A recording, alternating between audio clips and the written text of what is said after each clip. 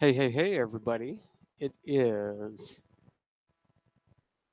2:07 UTC, and here I am. I made it. I made it a little bit earlier, a few minutes to spare. Very cool. Glad everybody could come in. I'm going to get myself set up here, and I'll tell you what I was just up to. Looking at the looking at the clouds tonight. Looking at the clouds tonight. Let's see. I want to do that. And then I'm going to do this. And then I'm going to wait for the chat to pop up. Or chat to come up, that is.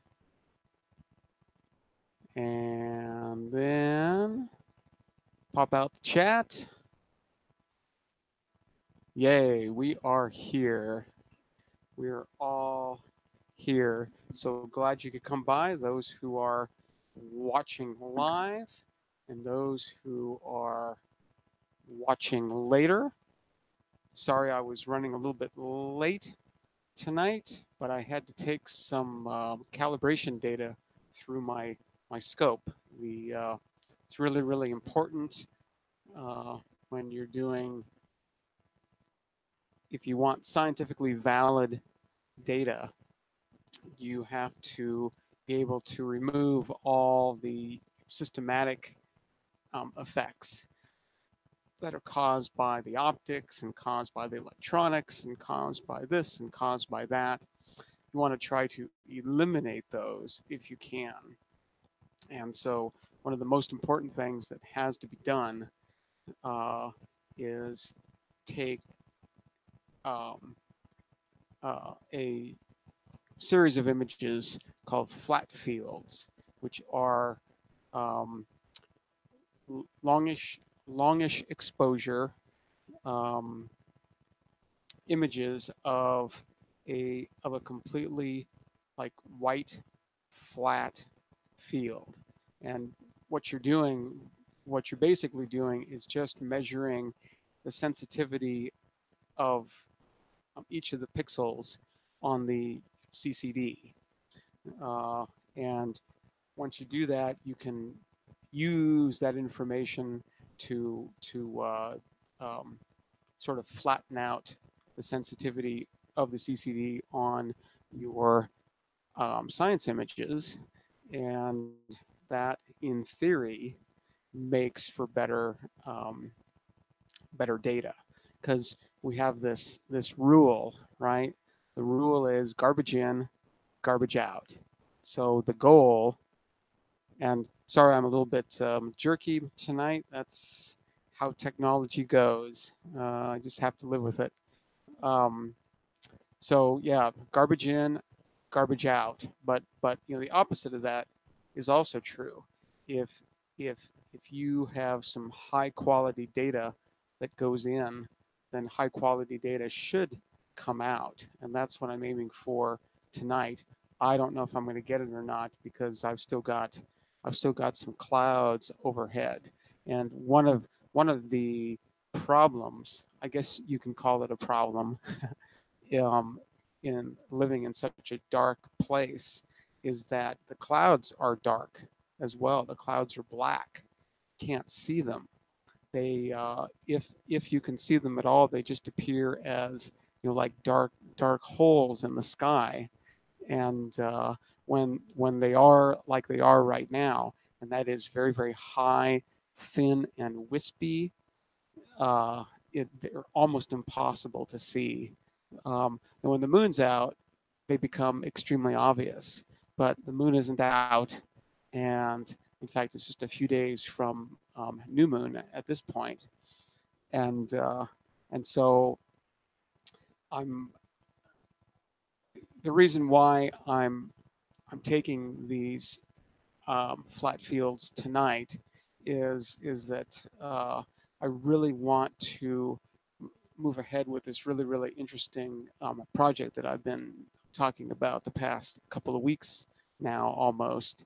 Um, and yeah, can't really say anything about it much until I've convinced myself that I can do what I think I can do. And I'm I I did a project several years ago looking at the light curves of Jupiter's 4 Galilean moons, and that was pretty successful.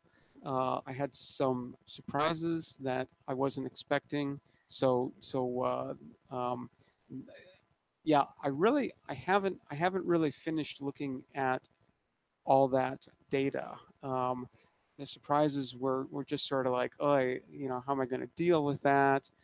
Um, but what I'm doing now is different, and well, different in certain ways, the same in many ways too. But anyway, got to take calibration data if I want to take data later um, tonight, which is the plan, is to hopefully the clouds will go away and I'll be able to get some data. Probably going to be looking again at M41. It's in a good part of the sky. It's uh, you know it's got a nice selection of different brightnesses of stars going from fourth, fifth, sixth down to um, at least in the field of view down to 17th, 18th, 19th. Things that I just can't see yet. Um, but I've already shown that I can stack 32-second exposure um, images, and I can see 17th magnitude stars. So that's not too bad. I've also shown um, that measuring the positions of targets, I can do already extremely well. Subpixel, I'm seeing, a third of an arc second differences between the measurements I make and a star catalog like Gaia, um, whose measurements are down to just an insanely um, irresponsible um, decimal place. I think they go with their positions. I think they go to 9 decimal places, 9 or 10, and magnitudes. I think they go um, to like 11 decimal places, which is insane. I mean, that there's yeah, that's that those numbers way down there aren't real. You're talking about micro magnitudes, and it's just no. But as far as the astrometry goes, the positions, as I said, I'm getting subpixel, which is pretty much as good as I can expect. So I'm really, really pleased with that. The photometry, though, is still a little, uh, with the raw data, is still a little rough. I'm getting an accuracy of about 1/10 of a magnitude and a precision of about 1/3 of a magnitude. So um, I'm hoping that when I calibrate this data, I flatten the field out, I subtract the darks, I subtract the biases, all of that. Um,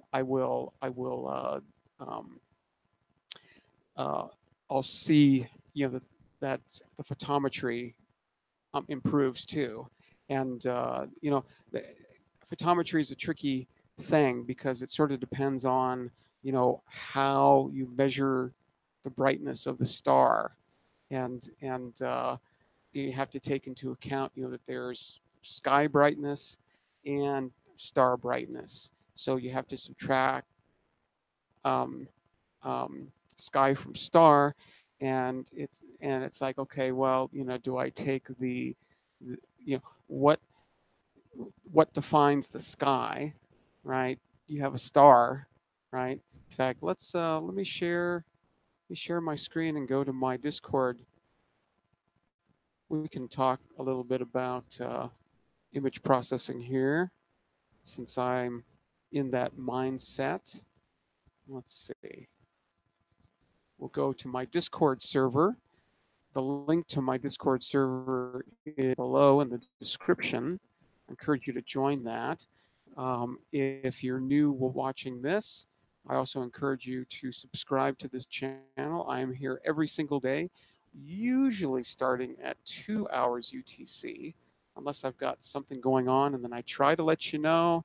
And you know, I do everything I can to um, keep you informed, because I know, you know, being regular and predictable is really, really, really important. Hey there, Susan O'Hare. How's everything in your world? Everything's good here. I started a little bit late because I was out with my scope taking some calibration data, and I was just going to go over um, what happened. Let's see. Let's take a look at that. So what I was talking about was, it's like, okay, so here's the star, and then you've got the sky behind it. Well, I've got to sample the sky, and you know, the brightness of the star sort of sits on top of the brightness of the sky. It's similar to like to the electronic dark. You know, all all this data sits on top of a dark as well, but it sits on top of the sky too. You know, the sky has a certain brightness, and so I've got to be able to sample that and um, subtract that from the star before I measure the brightness of the star. And there's lots of ways of doing that, and then it's also a question of you know, do I take the average, the mean? Do I take the median? Do I take the mode? So the mean is just the it's just the sum of all the values divided by the number of values. That's just the mean value. Sometimes we call it the average, right? Well, there are two other ways of doing it. The median the median is the value. Oh man, now I'm not going to remember what the median is. Let me get back to the median. The mode, the mode is the most common value. Okay, the median value, I just remembered it, is the value at which half of the values are below it and half the values are above it. So those three numbers can actually, when it comes to this kind of stuff, can actually be pretty different, pretty different. Um, and so it's like, okay, well, what number do I use for, you know, the value of the sky, right? Because I'm taking a sample of the sky, I'm trying, you know, to measure the brightness of the sky, but do I want to look at the mean value or the median value or the mode? And then on top of that, it's a matter of, okay, how much sky and how much star do I measure, right? I want to, you know, like in the case of this little star here, right? I want to measure the brightness, you know, sort of around here to get an idea of the star, and then I want to measure, you know, out here a little bit to look at the sky, right? And but you know, the question is how big of a circle do I make? all of that. So I'm just going to have to mess around a little bit with that, uh, see what works best, and that's sort of the purpose of all of this. One of the purposes of all of this is to just get a sense of what works best, because I can look up on the star catalogs and know how bright that star is, and that star, and that star, and that, all these stars. I I already know how bright they are. So I need to find a method that makes me, consistently very, very close to those numbers, for all the stars and for lots of images. So and yeah, I mean, what I'm after, right, is uh, the best accuracy and precision that I can do. And the accuracy is a measure of how close I am to the actual value, and the precision is how consistent um, uh, is that measurement. So yeah, so tonight, if I can get some clear skies and can be hopefully moderately convinced that I don't have any clouds in the way. See, clouds, even thin clouds, right? If there was a cloud here, I may not even see it. I'm looking at such a small portion of the sky that by eye, I may not even see it. But of course, what clouds do is they're going to dim these stars. They're going to make them look fainter than what they actually are. And so when I go to measure these things, uh, and compare them to um, what they should be, by looking in the catalogs, uh, if there are clouds, I'm going to notice that all these things are consistently fainter. And well, that's interesting, I suppose, but it doesn't help me in my um, uh, goal. And the goal is to sort of get this project of mine, which I'm not going to say much about yet, um, underway as soon as possible. And so I need some clear skies. This was an opportunity. Um, let's see. Do I have? I can actually show you. I can actually show you. I can go to my favorite imaging site here, and we can pull up the infrared image from the GOES satellites, and you can see that I'm about in this area, and you can see that there are there's lots of clouds, and all these clouds are moving basically west to east. So it does not look good. It does not look good. This is as of 2 hours UTC. So this is as of about half an hour ago. We should be updating this pretty soon. So, and sometimes these high thin clouds like this just like to vanish after sunset. So that's sort of what I'm hoping that they do. But it's an hour past sunset at this point, and I still have clouds. So this may not be happening tonight. It's a real bummer, but I had to prepare. I had to be ready.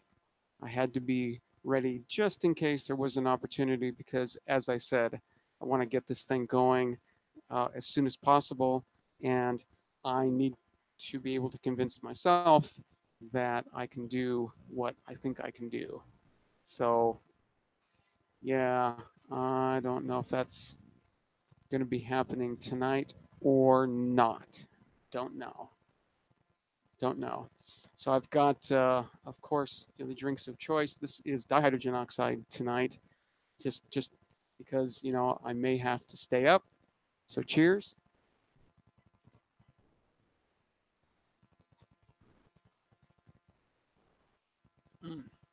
extraordinarily nice tonight, and the coffee because I might have to stay up tonight. Cheers. Although, caffeine doesn't seem to affect me. Maybe it's just because I drink too much of it. I don't know. I don't know. Cheers. That's Sumatra coffee.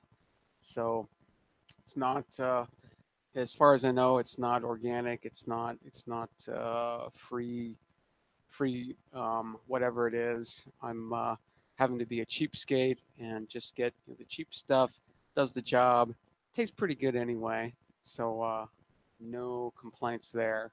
So yeah, hopefully I'll be able to do some observations tonight. It doesn't look promising, but things can change. I'll give it a little bit of time. As I said, it's such a dark side out here that once it gets really, really dark, it's really, really hard to see these high thin clouds. So especially if they're extremely thin, which would just absolutely ruin all the measurements of the brightnesses of the stars, but wouldn't necessarily see it until I look at the data and it's like, oh, man, it's not all that great. So we'll see. And there's a process to actually get the calibration data in a form um, such that it can be applied to the raw data too. And yeah, maybe at some point I'll go through all of that. It's been long enough that I'm going to have to remind myself how to do it. But uh, luckily, I have IRAF, which is uh, at least in my experience the greatest astronomical um, data reduction um, and analysis facility ever made. Maybe there are better ones now. I know that there are some great things being done in the Python world, and I need to check those out because I mean I'm you know I'm not stuck on one thing. Uh, I I prefer the best. So at least uh, you know what I think is the best. And so if something else comes along and I take a look at it and it's better than what I have, I'm going to go for it. I'm going to go for it. So I have absolutely no problem um, switching away from um, IRAF if there's something better. But so far, so far, I have not seen anything better um, at all. And of course, I'm biased because that was the software that I used first. I was also a member of the programming group that actually developed IRAF for a while. So I am biased towards IRAF. I also really appreciate the fact that um, at least according to um, um, Pamela Gay, uh, IRAF makes people cry. And when I think of that, I think of the drill sergeant uh, in full metal jacket, and it's sort of like, well, if such an amazing tool uh, is going to bring you to your knees, then maybe you should reconsider getting into astronomy because, yeah, I mean, it's really important that uh, you you do the work to produce the results that you want. And IRAF is an incredibly powerful tool to do that. And if it brings people to their knees and makes them cry, well, maybe they should get out of the way and do something else. So it's uh, you know we want, as far as I'm concerned, we want tough astronomers who can you know take care of themselves, do things on their own, do really, really awesome work, and not necessarily be handheld and coddled and helped through the process of doing the science of astronomy. The science of astronomy is hard. It is hard, but that's what makes it really, really fun, because it's so damn hard. It is really complicated stuff, and not for the faint of heart, right?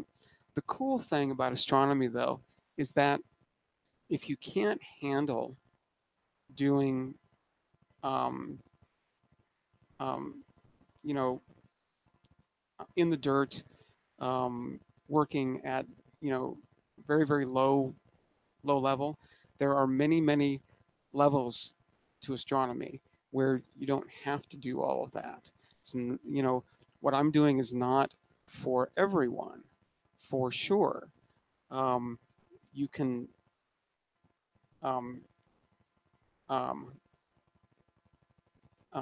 teach astronomy and never know how to reduce data.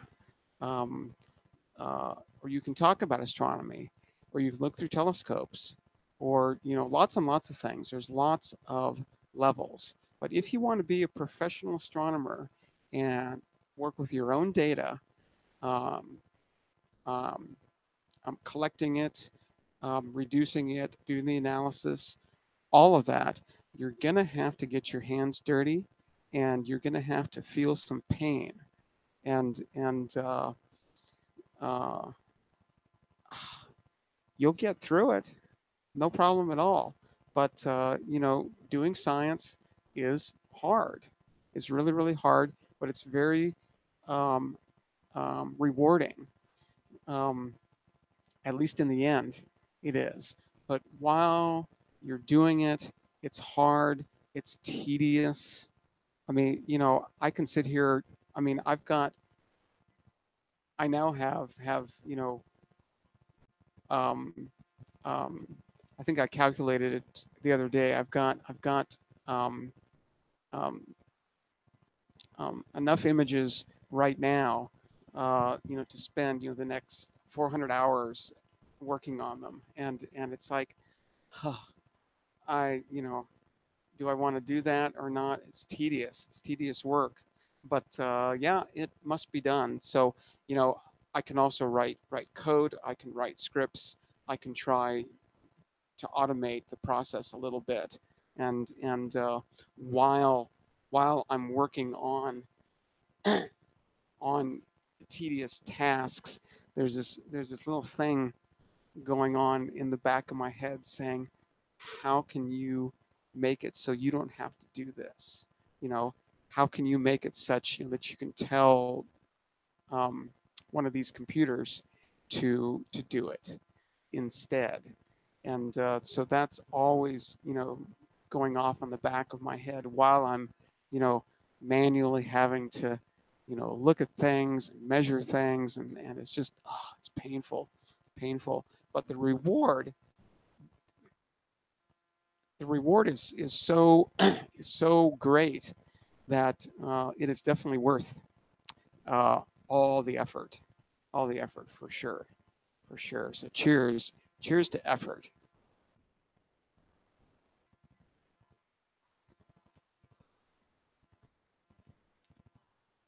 Yes, write a program, write a program.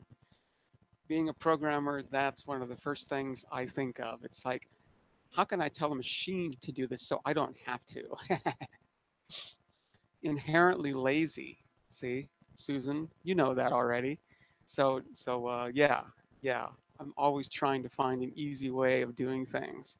And if it's tedious and hard and everything, but repetitive, then I can probably teach a machine to do it too, or at least tell a machine what steps have to be done in order to do it. So yeah, I just write a program or I write a script that runs a bunch of different kinds of programs, and I can run through all the data really, really fast.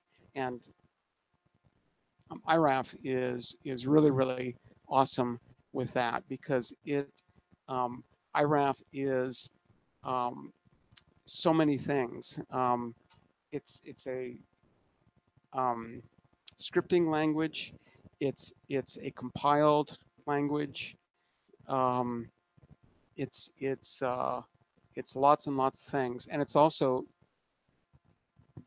open source, so you can add your own software as well. If you have a specialized instrument or some kind of a specialized um, piece of software, that does a certain thing, to a certain kind of data, you can write it in the IRAF programming language, which is called SPP, and you can stick it um, into IRAF, and it'll work. Yeah, very, very awesome. But IRAF makes it easy to do a lot of things, especially sort of preparing calibration data. I can combine them easily. I can look at, I can do um, um, mathematical things. I can divide one image um, by another. All those kinds of things. It makes it extremely easy. And yeah, I just have to remember. Hey there, Tom. Nice to see you. Waving your hand. Hey, hey, hey. Hope everything's well. So, what I thought I would do tonight, I was thinking about this earlier, and I was actually looking at a few things earlier. I think I just want to spend the rest of the time just looking at Mars. We haven't looked at Mars in a while, and this is from a uh, instrument that's called HiRise. Oh, let me look at my satellite thing here really quick. Ooh, so as of half an hour ago, I'm I'm located about here, Tom, more or less, and all these clouds are moving almost west to east. I was hoping to have a moderately clear night, but it's not looking good. It's not looking good right now at all. They're not. They're definitely not burning off as I hoped. So because I'm not going to be able to see these clouds once it's dark, but they're going to make all the stars, fainter than what they actually are. So all right, so let's go over to HiRise. HiRise. Oh, I guess I didn't necessarily want to do that, but doesn't matter. It doesn't matter. What I wanted to do was just remind myself about the HiRise instrument, and that it's on board a satellite called the Mars Reconnaissance Orbiter. And so this is just one of the instruments on this satellite that is currently orbiting Mars. And it's a big telescope. I don't remember how big. Wonder if we can find out really quick. Probably not. My view anographs. Yeah. Let's just look at Mars. Let's craft. So what this spacecraft does, of course, is it's orbiting Mars. I think I don't know if it's in a polar orbit or what kind of an orbit it's in. It would make most sense to be, fairly polar so they can see a lot of the surface. Um, over a period of time. So I would think that it'd be pretty polar, but HiRise observes Mars in these long strips, right? As the satellite orbits the planet, it's moving, and so it points its cameras like not necessarily straight down, but down, um, and basically just scans. Just turns the camera on, takes pictures as fast as it can as it moves over the surface of Mars, and so you get all these really cool pictures, right? And so let's just go through these. I was looking at a couple of these before. So ridges near Neargal valleys. Let's see what this one is. And what I like to do, I like to look at sort of the most raw data that I can, and that's the black and white, non-mapped. This is just a strip, just a strip. So we can zoom in on this, doink, like that. And well, let me go back really quick. I want to get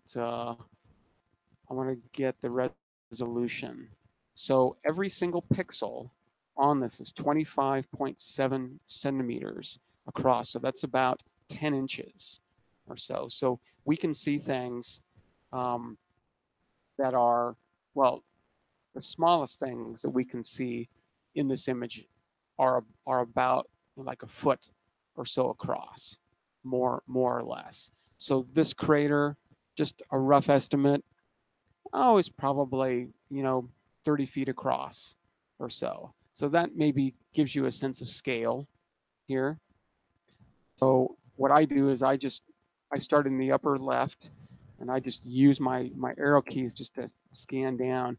And I don't know if you can see it on the live stream, but I'm seeing all these ripples, like these very shallow dunes here, and they're all parallel. They're all parallel. Let's see. We'll just scan down here. There's a bigger crater, so you can sort of see that the sun is looks like it's shining from over here, right? Because the shadow of the edge of the crater is going into the crater, and of course we're seeing the other side of the crater being lit up. So this is actually probably a pretty low solar angle, you know 10 degrees, 20 degrees. It might say in the description here. Let's see, does it say? On about 22 degrees above the horizon. So yeah, I was about right in my wild guess there. Sometimes I guess right. That's rare. So let's keep looking here. You see where there's a crater, the dunes sort of change, and then there's these fine ones, and then there's these other ones going like this. So what an amazing place. I always like to imagine myself just walking, you know, walking up to the edge of this crater. As I said, these small ones here, that's probably about 30 feet, I would say. It's probably about 30 pixels or so across. So that's 30 feet is basically the size of my little marker there. So 1, 2, 3, 4, 5, 6, 7, 8, 9, 10, 11, 12, 13, 14, 15, 16, 17, 18, 19, 20, 21, maybe another 4 of those. So maybe 25 times 30 feet. So this crater here is maybe about 750 feet across. The really cool thing about the shadows is that you can see fine details in the edge of the crater, right? This is the edge of the crater that's casting this shadow. So you can sort of see, this little dent here is this thing here, and then this little high part here with a little bit of a ridge is this, and then there's another high part here. So it's stuff that you really can't get if you're just looking at the edge. See, like this one, you have really no idea about uh, what the edge actually looks like, right? But if you look at the shadow here, you can really see it. What's interesting is that the shadow just cuts off right there. There's like there's some kind of a valley here of some sort where the sunlight is getting down. It's almost as if this part is going almost all the way down to the bottom of the crater. This is sort of a weird crater too, because it's got this really flat bottom, and then all of a sudden just these edges. So was this crater formed and then sand has filled it up? I don't know. Mm. Got to be a planetary geologist to really appreciate these things. I just like it because they're just cool looking. And the other interesting thing is to look at sort of the bright parts and the dark parts. Um, that's telling you something about the composition of that material. Again, you're sort of seeing the shadows here. Isn't that cool? So shadows can tell you a lot of things. So here's just a little tiny little crater, maybe 5 feet across, 10 feet across. So this is the interesting thing, right? Is that if you were standing next to this crater and this um, satellite um, flew overhead, took your picture, you'd be able to see yourself. Is that cool or what? Good resolution. Oh, there's a big one. Okay, that's the top of the crater. So yeah, it is too bad about the clouds, but that's the life of an astronomer. So if you want to be an optical astronomer, you have to deal with clouds. And so far, I have not invented the cloud filter. I'm working on it. I'm working on it. One of one of the things that I really want to get into is radio astronomy. I've got a large enough property here that I could actually put um, some kind of an array of radio telescopes out and have a baseline of like 400 and some feet. So I could have like incredibly amazing resolution. I wouldn't be able to see, extremely faint, but I'd have at least, the resolution, and that could be extremely interesting. Extremely interesting. Let's look at some of these dunes. Dunes dubbed Hegel. Hegel or Hegel? I don't know. I always like to, you know, think about, who gets to name these, and how fun of a job is that? Let's take a look at this one. Okay, so here's a case where they don't have some of the data, right? There's these big strips where just nothing is there. But look at these weird looking dunes. Man. Now, wouldn't that make a really cool screensaver or background to your computer? Wow. Is that amazing or what? And, you know, I can't tell. I can't tell if these dunes are going into the into the screen or are they popping out of the screen? I really don't know. Usually when I look at things like this, I see them popping out. So to me, the sun would be coming from over here, and these are the shadows. And yeah, but you can also see it the other way in that the sun is coming this way, and these things are actually going down, down. So I don't know which way it is, but it's just amazing, amazing patterns here. This is like a maze. I mean, it is amazing. Wow. Let's look at a few more of these. So I don't know if you noticed this or not, but all this data is from the 5th of March. So it's just about a week old. So they update these things constantly.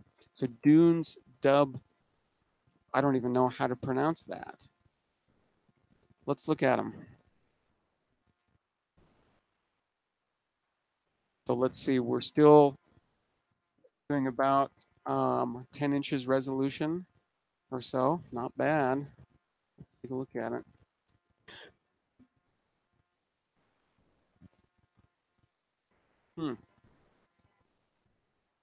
Okay.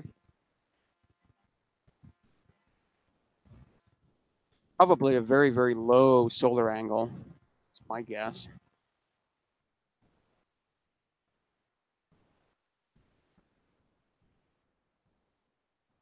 This looks like some kind of an edge where maybe it's going. It looks like it's going down. Maybe it's going up. Uh, Hard to tell. But again, this little feature right here is just a couple of feet wide. Just a couple of feet wide. Uh-oh, I've got a screaming kitty that wants in this room. Maybe I'll go and get her. Let me pull up one more. Let me pull up one more Mars image, and I'll leave you with that just for a second. Uh, Mounds on Chrysoplanitia.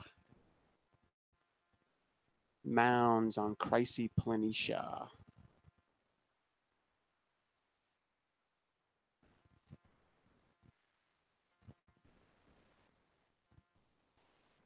Kind of cool. Look at that cool looking crater. Okay, I'll be right back. Hold on.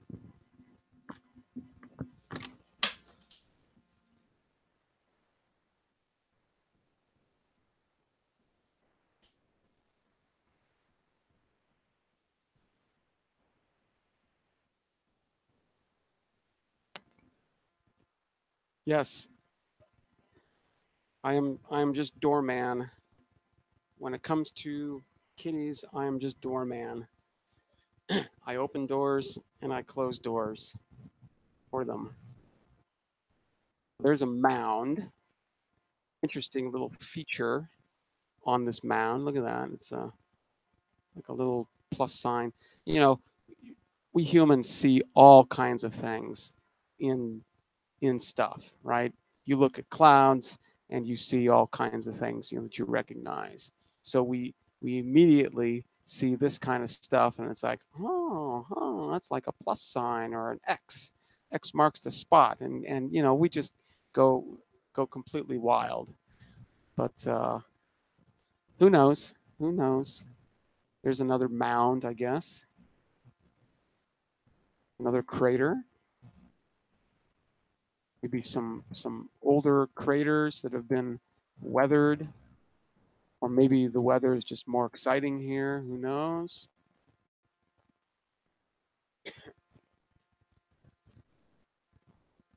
I love looking at Mars. It actually reminds me of where I live. Where I live looked.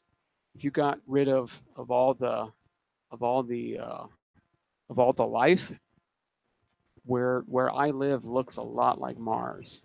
It's got the same coloring.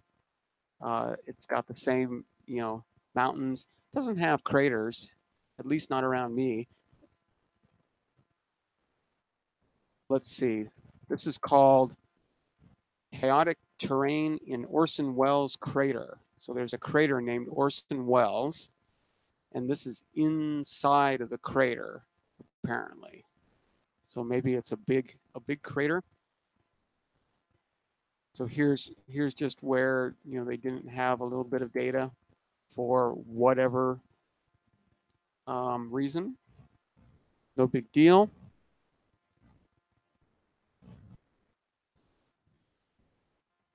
Sort of a butte, right? Some kind of a butte thing sticking out. Looks like it's popping out of the screen. Here are these interesting filamentary things here. I don't know what's going on there. Wow, look at that structure. Look at that. It's like a contour map. Isn't that cool? That is so cool.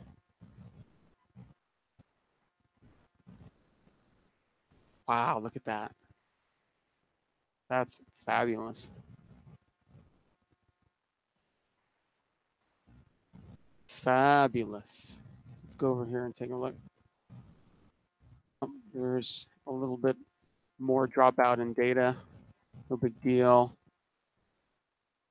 Yeah, wow.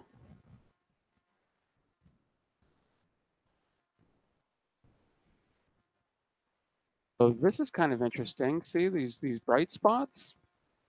Something really bright down there. So yeah, I mean, obviously some of this is just being lit up by the sun. The ridges here, obviously, but this doesn't look like it's associated with any geographical thing. It just looks like stuff. So yeah, who knows? Maybe it's some ice. Who knows? Hard to tell. Hard to tell. Hope everybody's enjoying this as much as I am. Always like to look at Mars. So uh, they always watch out for new impact craters, and here's one that apparently they just found. So let's go to the unbiased. Well, there it is, right there. But I'm going to start up here again. Look at these rippling ridges. Oh, it's so cool. Okay, and there's our new impact crater. So supposedly a meteor just smashed into Mars right there and spewed out all this stuff and made a hole, made a brand new hole. So they like to monitor those kinds of things, and with the new ones like this, that is bringing up a lot of dirt and whatnot that's been buried, right? So then what they can do over time is they can watch how this changes and uh, sort of infer things about that.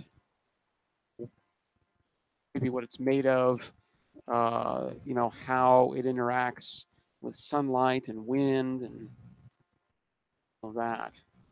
Kind of a funny surface here too.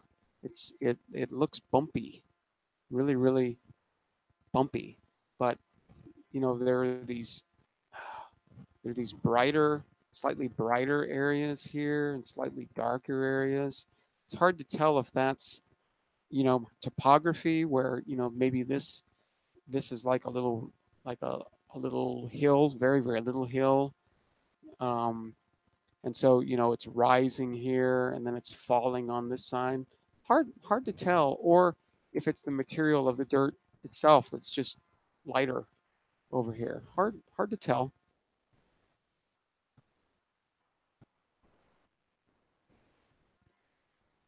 Let's see what else we got.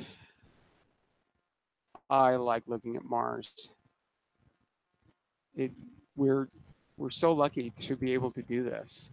You know, sitting here in the comfort of my own home, staring at images of Mars that were collected just a few days ago. That's just mind blowing to me.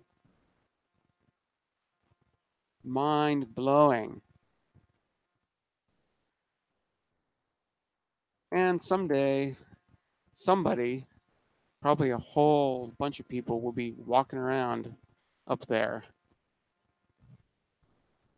Of course, we have some rovers uh, on the surface of Mars as well. So that's very, very cool. And all those pictures and all of that data um, is also available, uh, you know, days after it's collected. Wow, that's a pretty amazing looking thing. Is that a mountain? I don't know. It's pretty bizarre looking.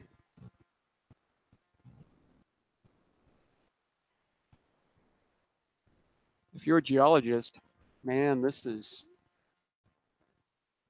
an interesting place for you.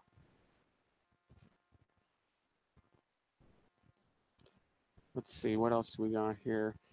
As you can see in this catalog, there are almost 53,000 um, images. I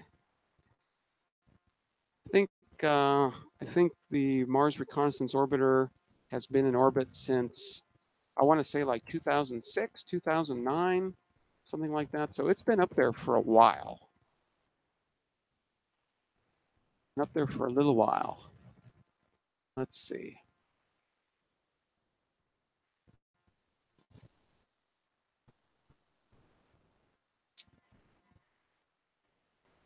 Uh, Cape and Crater Dune monitoring. Oh, here's some more of these funny things. Okay, these are called Tea Party. I mean, you can sort of see that they're all teas. Why are they shaped like that? Oh, that's insane. Why are they shaped like that?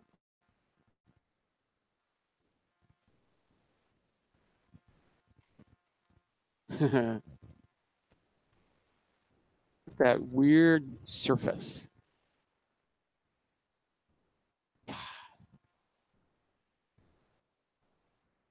Figure figure this one out. Let me know. Wow.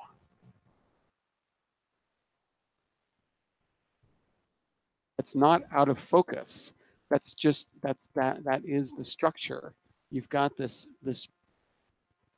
I assume that's like a bottom, and these are popping out because they're calling them dunes, right? So these these here must be higher than this stuff here. But look at that. Look at the structure here. I mean, squares and yeah, pretty amazing. And I think these are really, really great background, like screen savers. I think they're fabulous. You can get the colored ones too. Let's look at the colored ones here and just sort of see what it looks like. These aren't as high resolution. Oh, they look about the same. Hmm. I usually just look at the raw ones.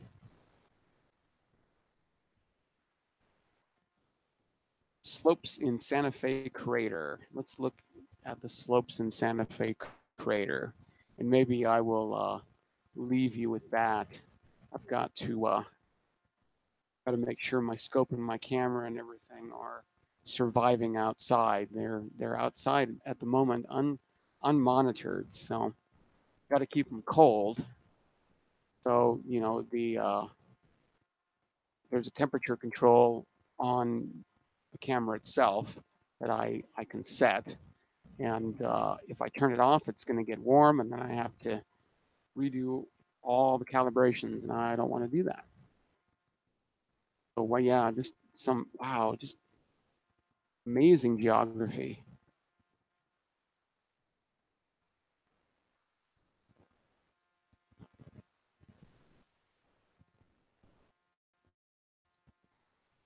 What else we got here?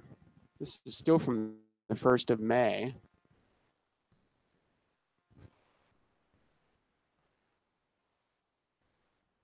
Slowly monitoring Gusev crater floor. Here's another impact site.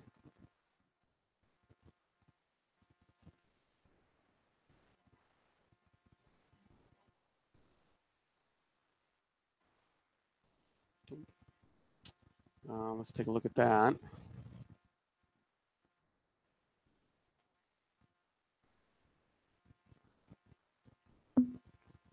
Usually is easy to spot. Usually, not always. Doesn't look like it's easy to spot this time, but this is very high resolution. There's a nice crater there. There's some filled in craters. Who knows what the story is there? Is that the impact site? That might be the impact site right there. All this ejected dark material. Yeah, probably is. Just a little meteor slamming into the surface. Pretty amazing topology. Look at the colors.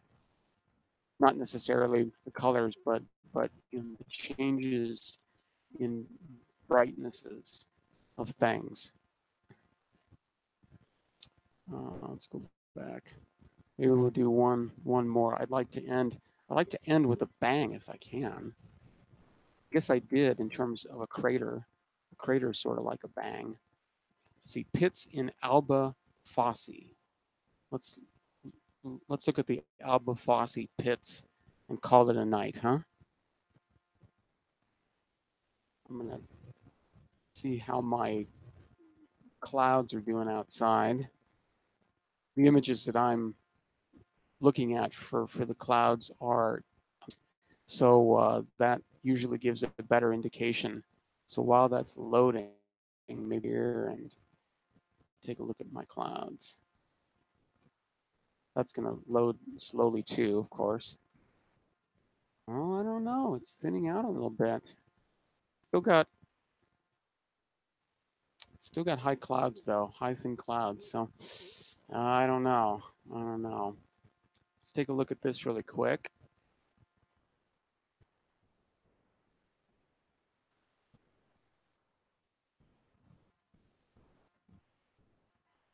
I don't know why they're calling these pits as opposed to craters. Maybe there's an explanation for that. I mean, I differentiate pits and craters, right? This is kind of interesting. It looks like this material maybe has fallen in some kind of avalanche. There's a crater in the middle of it. That's very strange.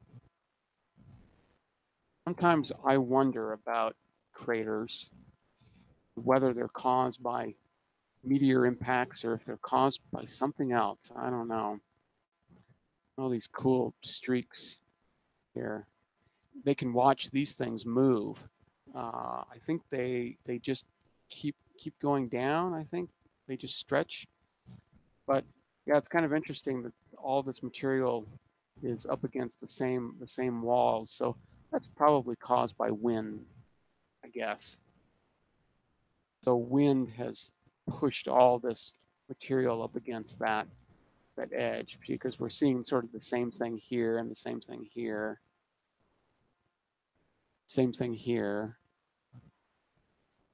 Same thing here. Same thing here. Yeah, yeah. So maybe, I'm speculating. I don't know anything about this stuff. I'm just having fun. We'll go up the other side here and then we're going to call it.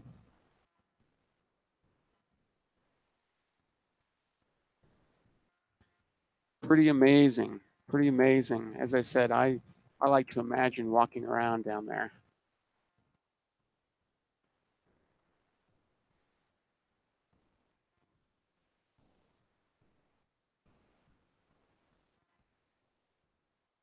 All right, well, cool. I'm going to unhide this. I'm going to stop sharing. I'm going to come back here, and I think I'm going to exit these waters, get back up to the ship. See, and as you can see, there's no telescope behind me because it's outside, waiting for me patiently. So yeah, I think I'm going to get out there and see what the clouds look like. Um, I'll continue to monitor and and yeah, who knows? All right, I'm gonna get out of here for now. Hope you enjoyed the tour of Mars, and yeah, I like to look at Mars. Yeah, maybe a couple times a month or so. It's like, oh, let's look at the latest pictures from Mars because it's just an amazing place. Uh, lots. I mean, there's decades and decades and decades of work there, thousands and thousands of papers to be written, so many things to be explored. It's awesome. It's awesome. So all right, I'm gonna get out of here for now. Thanks for your time. Make sure to subscribe. You can hit the like, hit the don't like, whichever you prefer. Make some comments, suggestions. Constructive um, um, criticism I greatly appreciate. And let's see, make sure to share this too. Make sure to share it, with people who you think might enjoy this as well. It is a daily show, so I don't expect um, um, people to come in here every single day. The only one that's obligated to be here every single day is this guy right here. Everybody else, you can come and go as you please. This is a casual, fun show where, we talk astronomy for a good hour or so. So we did that tonight again. We can mark that up. And I will say that in less than 23 hours, I will be back. I think it's going to be cloudy the next few nights. So this is my only opportunity. So I should be here. But if I'm not, I will definitely try um, um, to let you know. Consistency is very important when it comes to these kinds of YouTube live streams. Um, so yeah, I at least want to be responsible enough to let you know um, if I'm not um, going to show up at 2 hours UTC every single day. Tried to let you know that. All right, I'm going to get out of here for now. Peace out, and I will see you on the spin. Bye.